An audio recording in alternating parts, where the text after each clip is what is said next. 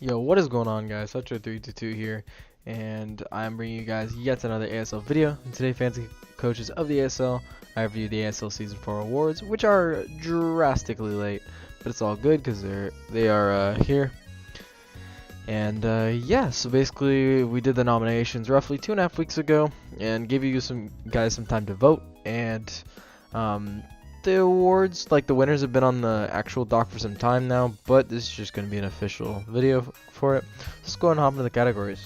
So for Coach of the Season, the nominees that we had were Excellent Name, Coach of the St. George Dragonites; Anderson, Coach of the St. Louis Samurai; and The Crispy Panda, Coach of the Hartford Whalers; and Hutch, Coach of the Portland Timbers. And the winner is Excellent Name, Coach of the St. George Dragonites. Excellent Name is the coach of the season at 12-1 at plus 29. Best record that anyone has ever had in an ASL regular season. So he just had a phenomenal season. He only lost to Brad, which Brad was the number 2 seed. So that's definitely not a bad game to lose. And Ian just played absolutely phenomenally. He went all the way to the semifinals this season, so he definitely played well. And yeah, that was EN winning the Coach of the Season. On to the next category, we have the Most Improved Coach. And nominees are Malone, Coach of the St. Louis Swablues; Cam, Coach of the Washington Wailords; and Mr. Spider 32, also known as Susie, Coach of the Utah Hoots. And the winner is Malone, Coach of the St. Louis Swablues. Malone is the Most Improved Coach of ASL Season 4. After having a 1-12 season last year, definitely not what Malone had in mind when he was going into the season, and then just did not start off all that well this season. I believe he started it was something like 1-7, and he really brought it around. He went 4-1 over his last 5 games. Malone was actually killing it, and he was definitely a threat. If he would have started it earlier in the season, he could have made a playoff run. So yeah, Malone definitely turned the season around and played really well. Better than he's ever played in the past in the ASL. So, moving on to the third category, we have the hardest team to prep for.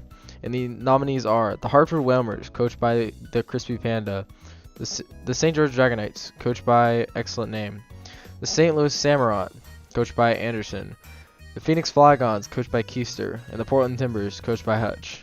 And the winner is the Hartford Whalers, coached by the Crispy Panda. Making it to the championship. Don't want to spoil the championship game just because it has not gone up on the YouTube channel yet. So TCP did make it to the championship, and you guys will find out later if he did end up winning. If you guys are on the ASL server, you already know the answer to that question. An even bigger reason to go ahead and join that server down below in the description. But yeah, TCP just had a phenomenal team, and he was definitely the favorite coming out of the draft. He had a monstrous defensive core with Mega Venusaur Skarmory. A similar core won the championship last season with Mega Venusaur Celesteela. And then he just had crazy offensive threats with Latios, Manaphy, Victini. We were honestly questioning if this guy was ever going to lose a game. I mean, he clearly did. He lost 4. But his team was just absolutely ridiculous. And it's definitely contributed to the fact of why he went to the finals, because it is just so hard to prep for his team. So, moving on to, whoa, yeah, there we go. We're on the right one? Okay, it was freezing up a little bit. It's all good. So, for the fourth category, we have the most out-of-the-box coach, and the nominees are TJ, coach of the Slow Bohemians; Shadow, coach of the PC Barcelona; Marin Varin, coach of the Zagreb Zangooses; and Hutch, coach of the Portland Timbers. And the winner is TJ, coach of, can we work here? It's frozen. It is actually frozen. Okay, let me reload it. There we go. There we go. Okay, we should be fine now. Alright, so the winner is TJ, coach of the Slow Bohemians. Although TJ probably did not have the season that he had that he was envisioning, he definitely played with some nice prep. Obviously, he had the Refresh Cloister. He brought a Z-Trick Jirachi, a Cosmic Power Jirachi. He brought a bunch of different things that really led to a bunch of his wins, like the Refresh Cloister. The Trick Jirachi was a cool thing for speed, the Z-Trick. And TJ just brought a lot of unorthodox prep, but it oftentimes, instead of just it was unorthodox and it was just cool to see, it was unorthodox and it worked. So TJ making very good use of that out of the box prep. For the next category, we have the best offensive mon, and the nominees are Kartana of the St. George Dragonites, Infernape of the St. Louis Samurai, Cloyster of the Slow Bohemians, Hydreigon of the Portland Timbers, and Latios of the Hartford Whalers. And the winner is Infernape of the St. Louis Samurai. Now, Infernape was not the favorite to win. Kartana was the favorite to win. But Kartana won a different MVP. Well, no reason to do and the winner is for MVP now. But anyways, it was obvious anyways. Kartana and Cloyster both won different awards, and we have a rule that says only like one mon can only win one award, and one coach can only win one award. So stuff like that, just to spread out the fame and glory for all that. So yeah, Infernape was the third most voted offensive mon. So Anderson just used this thing amazingly, 17 kills, and it was just ridiculous. He brought it to 12 games, so it made an impact on every single game. And yeah, this was a big reason of why Anderson was able to make it to the number 2 seed. For the next category, we have the best defensive mon, and the nominees are Tapu Fini of the Zagreb Zangooses. You have Mega Venusaur of the Hartford Whalers. You have Cresselia of mainly the St. Louis Swablues, and it was formerly on the Portland Timbers. You have Melodic of the London Lapras, and you have Necrozma of the Utah Hoots. And the winner is Mega Venusaur of the Hartford Whalers. Bringing it to 8 games, TCP did not. He brought it to a majority of his games, but he didn't bring it all that much, to be honest, considering it was his number 1 overall pick. Either way, Mega Venusaur was absolutely ridiculous. It hardly ever died when it was brought. It was brought to 8 games and only died in 3 of those, and it was just a monster. It sat in front of things, 10 kills, so TCP was able to just wear down other offensive threats with his Mega Venusaur, and it paired so nicely with his team. And it ultimately helped him get this inadvertently helped him get the hardest team to prep for award as well.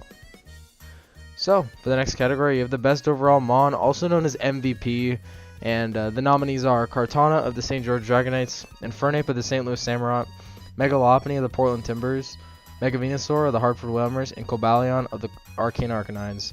And the winner is Kartana of the St. George Dragonites.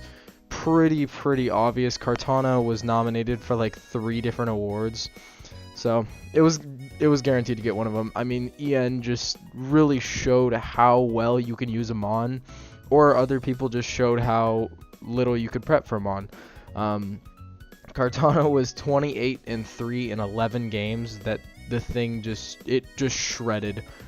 Before, the regular season record was 19 kills by Crocodile in Season 2, but Kartana exceeded that greatly. It got 28 kills, and there's no reason why it should not be MVP. Without Kartana, EN's team does not thrive as well as it did. For the next category, we have the best 7th mon, and the nominees are Cloyster of the Slow Bohemians, Conkeldurr of the London Lapras, Registeel of the Phoenix Flygons, Alolan Raichu of the St. George Dragonites, and Meloetta of the Washington Willards. And the winner is Conkeldurr. Now, Conkeldurr, similar to Infernape's case, Cloyster was nominated for this award. It would have won it, but Cloyster, TJ picked to take another award for Cloyster. So, Conkeldurr was next in line for the best 7th mon. And Conkeldurr was picked up at, I want to say, week 10, because Cody came into the league a little bit later. And he brought it to most of the games that he had it for, but it was still in the requirements, only 3 games. But the fact that Cody got 10 kills with this in 3 games is just absolutely phenomenal. So if Cloyster doesn't exist, this is a no-brainer pick. And Conkeldurr was just ridiculous. It's like Kartana. It was either it was used so phenomenally, or people just didn't prep for it, or maybe a little bit of both. But yeah, Conkeldurr was the best mon that Cody used, and it was fantastic to watch him use. For the next category, we have the best free agent pickup, and the nominees are Thundurus Incarnate of the Phoenix Flygons, Piloswine of the Portland Timbers, Aerodactyl of the St. Louis Samurai, Cresselia of the St. Louis Swablues, and Weavile of the Arcane Arcanines. And the winner is... we have 2 winners this time. So we have Weavile of the Arcane Arcanines, and then we have Aerodactyl of the St. Louis Samurott. They got the same amount of votes, so we said why not give it to both of them. There's no reason not to. Let's go ahead and do it. So, therefore we have Weavile of the Arcane Arcanines and Aerodactyl of the St. Louis Samurott, like I said. So let's talk about Weavile briefly. Once Ian picked up Weavile, his season absolutely turned around. He was at like 2-5 at one point. Then he made changes to his team, one of those being picking up Weavile, and he finished with a 7-6 record. That is pretty phenomenal if you ask me, and it just made such an impact on his team. It doesn't have crazy stats like something like Conch Elder, where it just got so many kills every game, but it was such an impact for Ian. And then Aerodactyl for Anderson, helping him clutch out a couple games, such as the match against Keister. Aerodactyl clutched it out, and Aerodactyl was the unsung hero of that team. Sorry if you just heard a door slam, but Aerodactyl was definitely the unsung hero of that team. It carried in Tier B in my opinion, and it was probably Anderson's best Tier B Mon besides Klefki and Vanillix. And then for the last category, we have a slide that is frozen. Okay. Let's go ahead and okay, cool. Thanks, Google Chrome. Anyways, the best gimmick, you guys could already tell because Cloyster was guaranteed to win because it passed up on other things. But anyways, you have the best gimmick here, and the nominees are Giga Impact Megalopony in week 13. You have Refresh Cloyster in week 5. You have Choice Banded Last Resort Komala. Choice Banded Sleep Talk Last Resort Komala in week 13. You have Shell Smash Crustle in week 5, and then you have Bulk Up Hitmonchan in week 1. And the winner is pretty obvious, but it is Refresh Cloyster in week 5. And TJ was pretty torn when picking between offensive. He had to pick between offensive 7th Mon and gimmick, and he had to go for the gimmick, Refresh Cloyster, picking up 5 kills against Anderson, and that was probably the biggest, one of the biggest like turnarounds to someone's season, because that game TJ was kind of just he was at 1-3 at that point, and he had this game and he got back up to 500, and this is when Cloyster really started to just carry TJ's team. I mean, 17 kills overall. It's pretty crazy, and Cloyster, that was just it was just a fantastic set, and it worked out tremendously. So that is gonna be the video, guys. Thank you guys all for watching, and I hope you guys did enjoy, and I hope you guys got I hope you guys voted for the winners, so you guys got what you wanted for the winners of the awards. But that is gonna be all for today, and next week we'll have one more week of videos. It'll be the week of the championship, so we'll have championship pick'em crew, we'll have the weekly recap, so we'll have it will kind of be weekly recap. It'll kind of just be, actually it's a live com replay, I think. Either way, we'll have championship coverage of season 4 and season 1, then we'll have the pick'ems. So yeah, thank you guys all for watching. I will see you guys in the next one.